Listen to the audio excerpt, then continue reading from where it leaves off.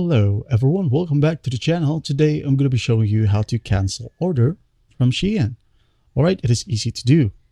Just take note that once the order has been shipped out, it can't be canceled anymore.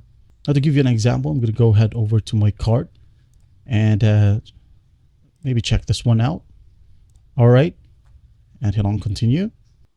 Now when we go to our order, right here, as you can see, there will be a button right here which says cancel. And as you can see, my item hasn't been shipped out yet, so we can easily cancel this particular order. All right, just go ahead and hit on cancel right here, and there will be a pop-up. If you request for the item or items to be canceled, we will be unable to recover it or them. Would you still like to cancel? Well, yes.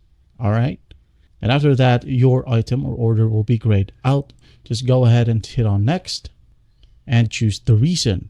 Any reason that you want, to hit on submit. All right, it says here successfully submitted. Please check the canceled item. Then just hit on view orders. And when you go to status, as you can see here, revoked, the product or products has been canceled per your request. We look forward to your next purchases. All right, and that's basically how you do it. Well, I hope this video helps, and I'll see you in the next one.